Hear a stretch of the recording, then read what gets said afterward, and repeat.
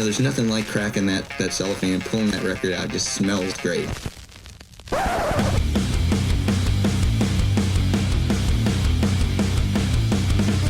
Welcome to BODS Mayhem Hour. Non-stop hardcore energy. I love the show, guys. You're awesome. Unlike any other. With your host, John the Bod, a.k.a.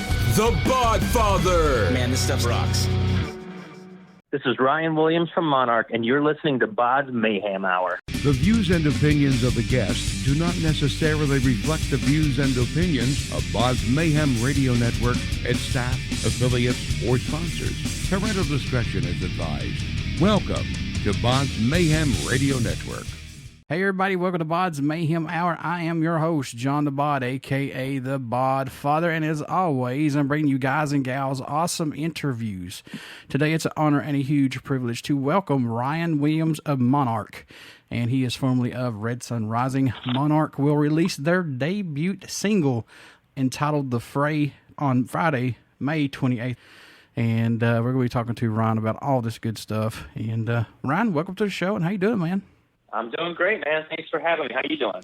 Doing awesome. Glad to have you on the show to talk about Monarch and see what's all going on. So how excited are you to hopefully get out on the road soon and do some shows and do some local stuff as well?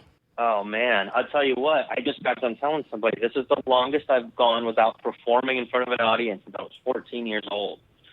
So, it's been 20 years.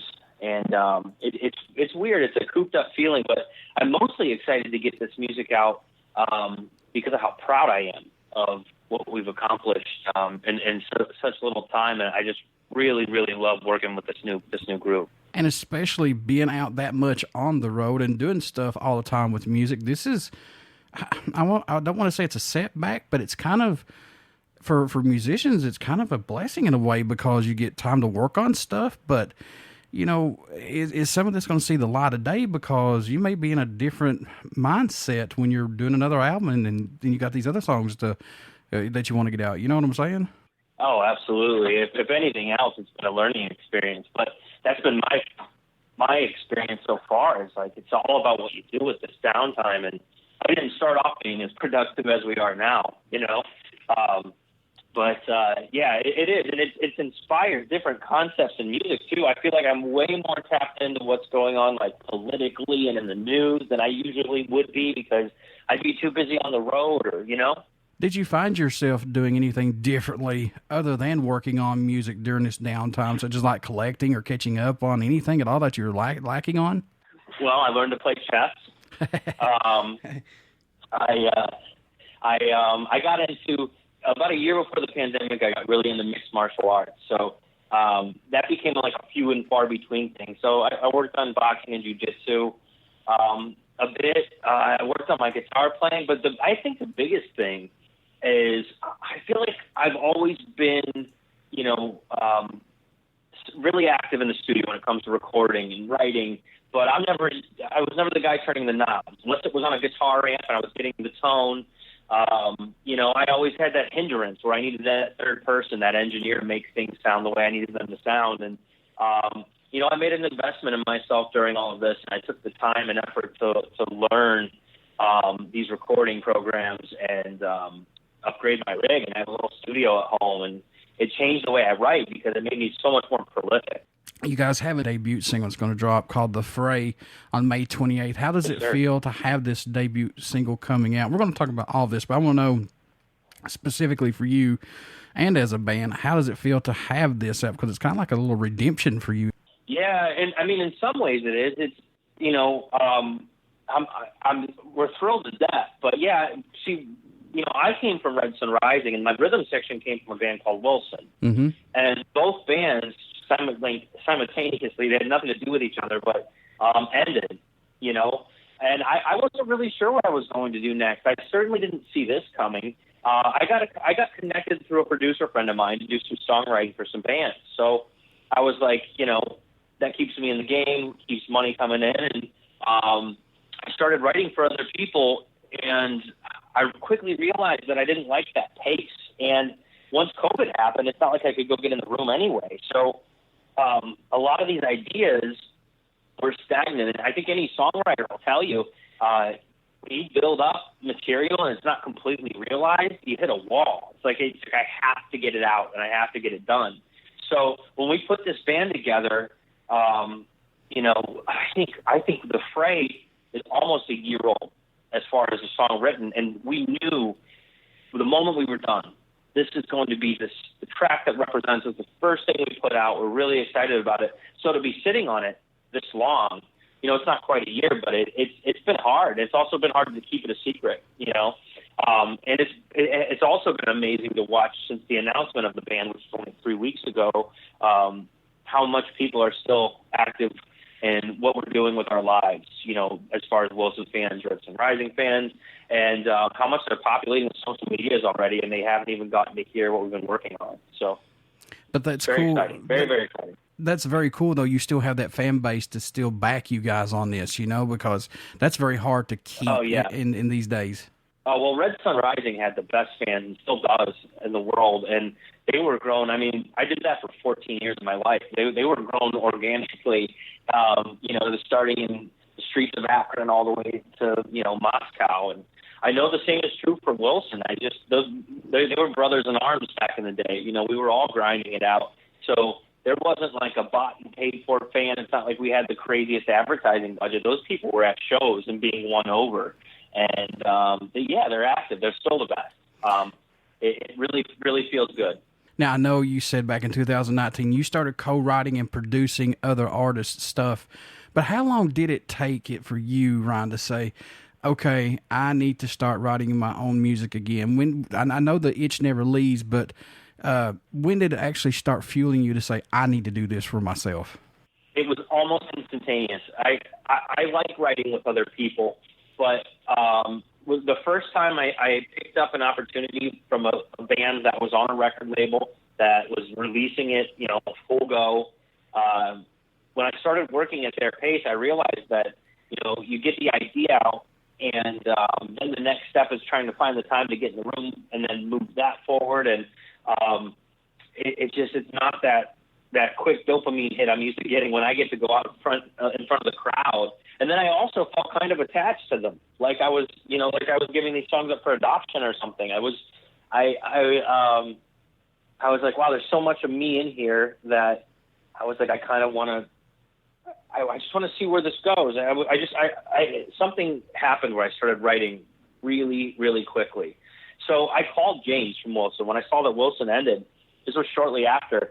He's the bass guitarist. And I just said, hey, man, I think I have these ideas, and I think they're great. I might be wrong.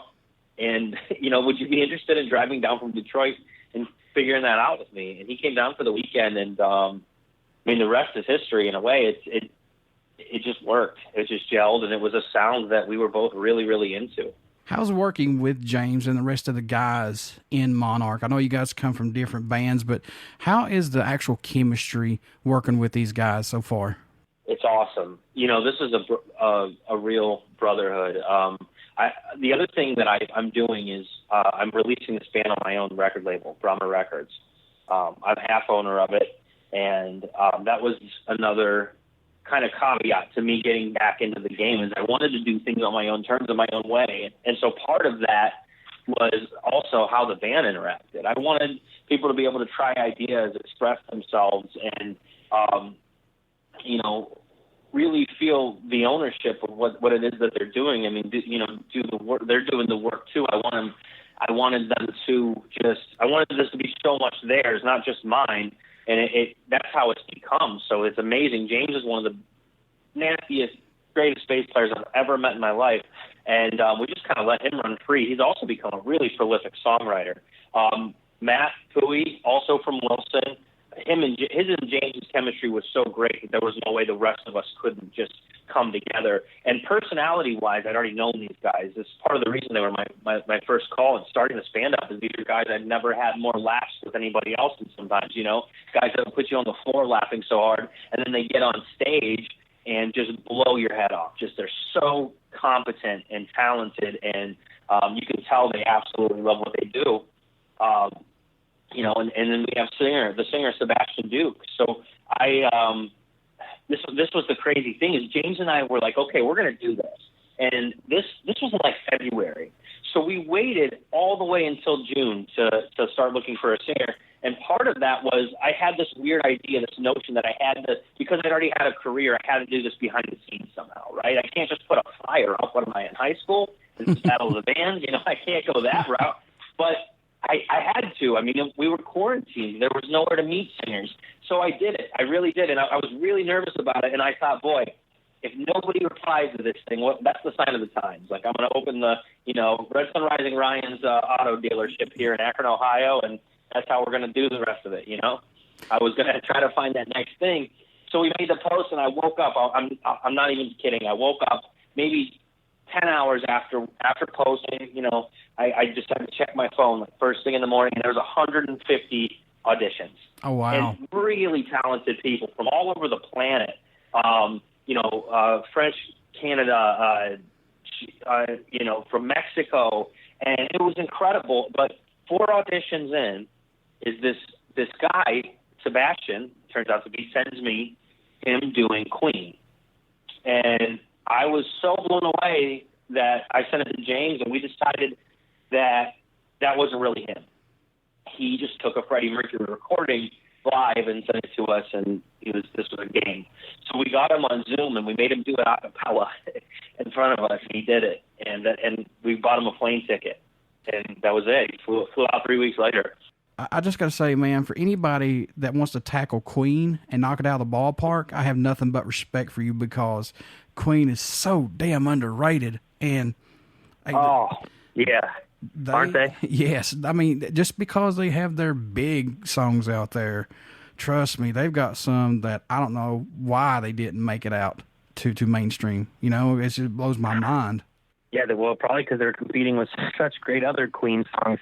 They've always been one of my favorites, and Brian May's always been one of my favorite guitarists. It's like I've always been a fan of a musician who did it so well that if anybody doesn't like them, they're immediately like, you're doing Brian May. Oh, you're doing Freddie Mercury, You can't do that with certain bands because they're so good. Like Tool is a great example, You just leave them to their thing, figure your own thing out. That's how I feel about it. Yeah. Some bands you can't touch. Just let them do their own thing and go find somebody else to cover. That's just right. That's just how it is, folks. So. Yeah, absolutely. Yeah, I was blown away that he tackled Queen too. It was, it was like first thing in the morning, and I actually went to the guy's page. He did a YouTube page, and then he was doing Chris Cornell, and he was doing Kurt Cobain and Lane Staley, and he was doing it so well. It was kind of like a chameleon.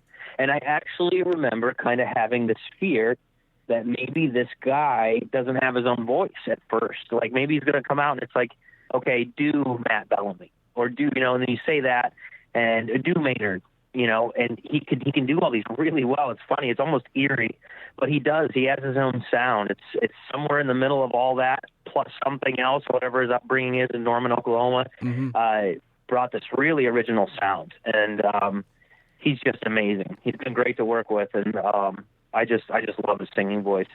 How many songs do you have currently written or writing on right now, if you can talk about it? And are you wanting to release an EP or just a full album? So we're going to start with some singles, but we are finishing up a full record. We've got a lot. I think we have something like 40 songs. Oh, wow. We'll probably narrow it down to 8 or 9. For the full album. I think we're still deciding that, but it'll certainly it'll be out by the end of this year or early 2022. We're sort of riding the wave of uncertainty as well as we're winding down this pandemic situation. I think we know for sure we're doing the record. It's just when it comes out is the big question mark. But we're going to keep music coming. We're not going to stop with just the Fray. There'll be something to follow it. I mean, so that stuff's already recorded. So. Any tracks standing out more to you than any right now you're working on? I know you may not be able to talk a lot about it, and I know these are your babies, but do you have any that stick out for you possibly, Ryan? Yeah, the hard part is I don't know that they're going to have the same names when they come out. Oh, gotcha. I've never, I don't know any band that does this, but I almost never have songs named until they're recorded and they need to be named for the record. They're always called different things. So, I think the Fray was called The Clap when we first started because I not like chlamydia or gonorrhea or whichever one the clap is. But it was because of the stupid sample I tried to put into it. I was messing around with some samples, and it didn't make the cut. So for a while, the Fray was the clap. Are you wanting to go outside the box with this band, with this music? Or are you wanting to maybe go beyond what maybe Red Sun Rising has done or Wilson has done to put something out there with a new, fresh taste with it?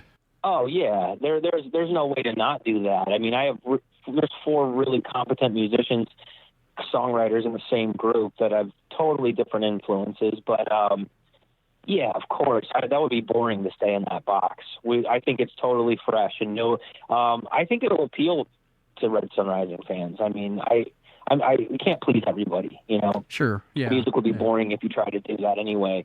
But, no, I'm very proud of it. I think it's very much outside the box. I think it's refreshing, and I don't think you've heard it before. I don't think anyone's heard it before. I think it's its own thing. And that makes me the most excited about it. It's such uncharted territory for us, not only in our careers, but, you know, as songwriters. This is new stuff. With these 40 tracks that you say that you guys have written so far, that you guys have, could we possibly see maybe a double disc or an EP down the road after all this with the songs that don't make this album, possibly? I know it's a hard question now to ask, but... Boy, I'll tell you what, if it calls for it, I'd be glad to do it. But right now, I'm just putting one foot in front of the other as far as, you know, as of 3 weeks ago, nobody knew there was a band. And until Friday, there isn't any music to be heard or a music video to be seen, you know? So I'm going to start with that. But it's weird, too, because I feel like even in the 2 years since Red Sun Rising, I feel like the music business is very different than when I sort of, like, put the guitar down and quit touring, you know, for a little bit. It just, I don't know what the day of the album looks like anymore. Like, I love cracking open a record and looking at the band ideas for art and reading the lyrics. And, you know, that's not like 100% the world we're living in when it comes to releasing music, but we're certainly going to do it. It's kind of like a matter of when, but I promise it'll be rapid fire on the music situation. It'll be coming out frequently. Ryan, what do you hope everyone takes away, or message you hope they hear while listening to any of Monarch's music in general? Once this hits everybody, man, what do you hope they get from this? You know, I think that varies with every song. I mean, each one is a different meaning and a different message, but I will tell you, we called the band Monarch because this felt like a rebirth for all of us. It felt like, you know, like we've grind our teeth. We've learned the lessons we need to learn, and, you know, good and bad. And we wanted to approach this band in just a different way, and something that was communal and something that was like a brotherhood, as well as, you know, making intelligent business decisions and keeping the artistic integrity of the band amongst the band members without the outside influences of, you know, other aspects of the music industry, some of those trappings of the music industry that people talk about.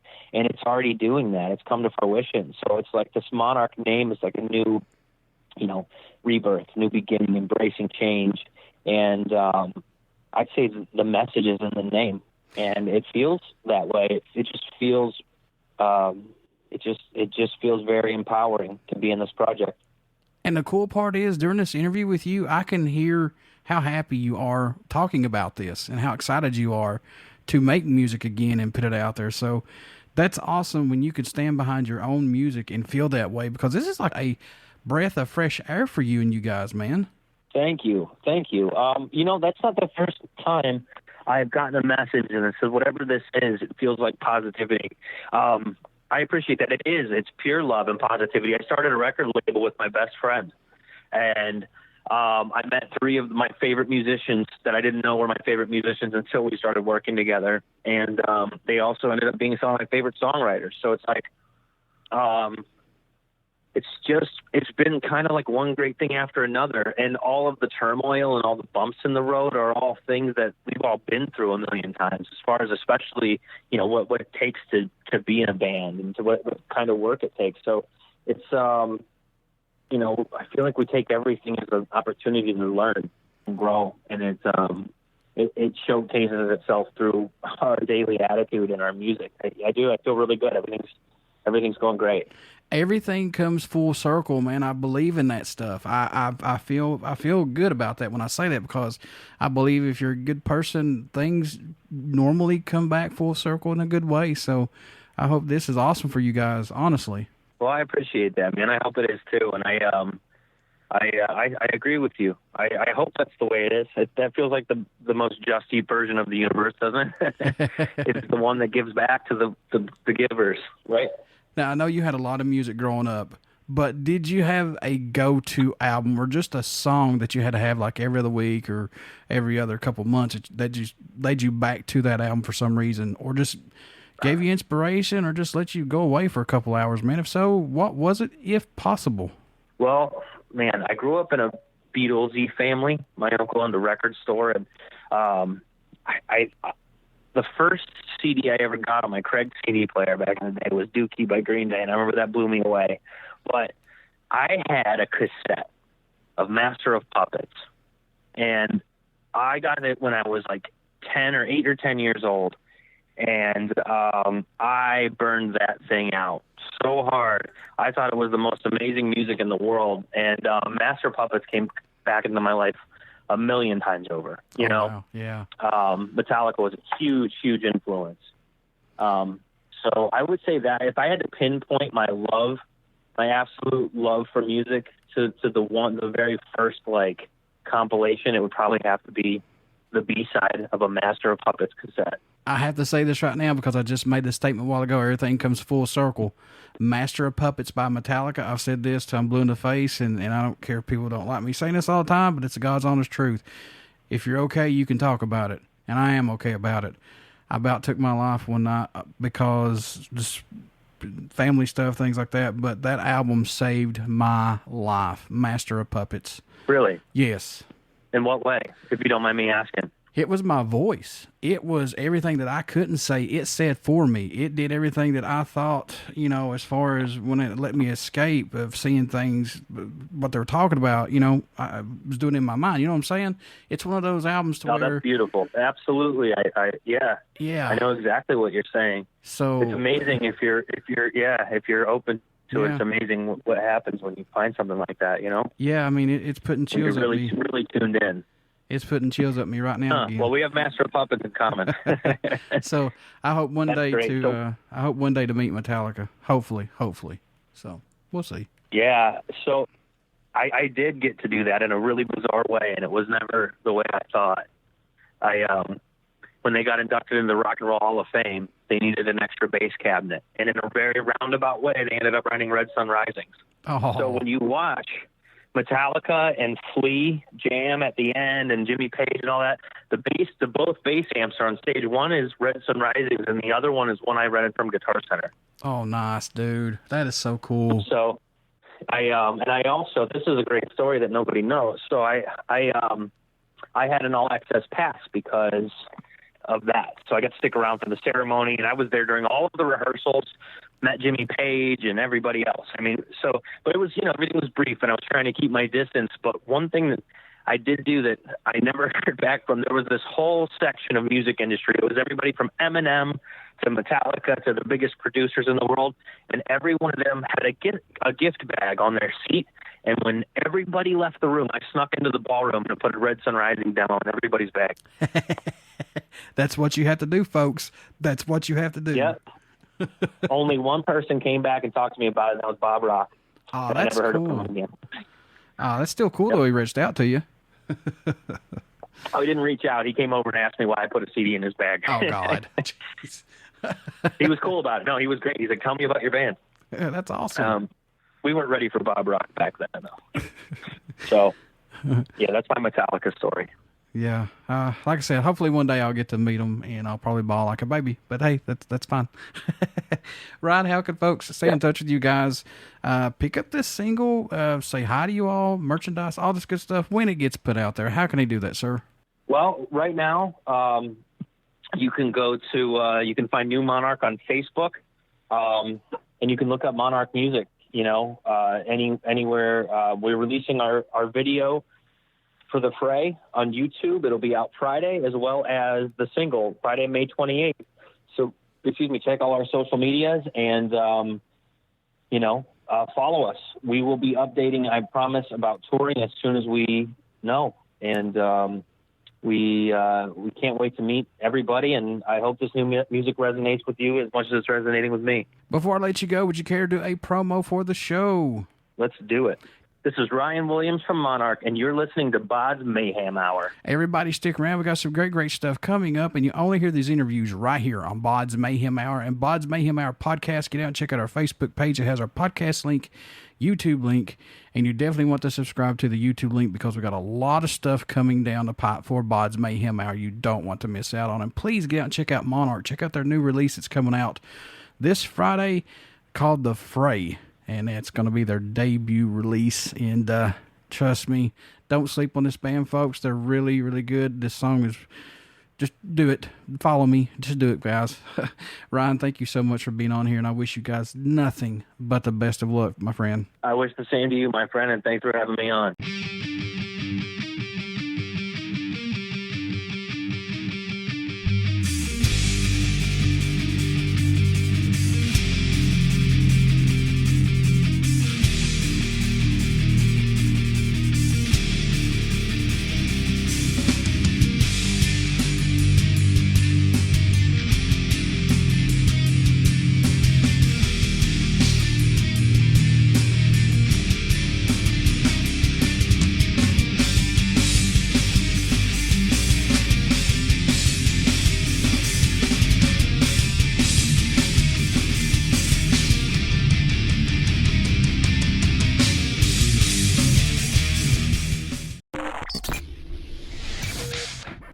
You're listening to BODS Mayhem Hour.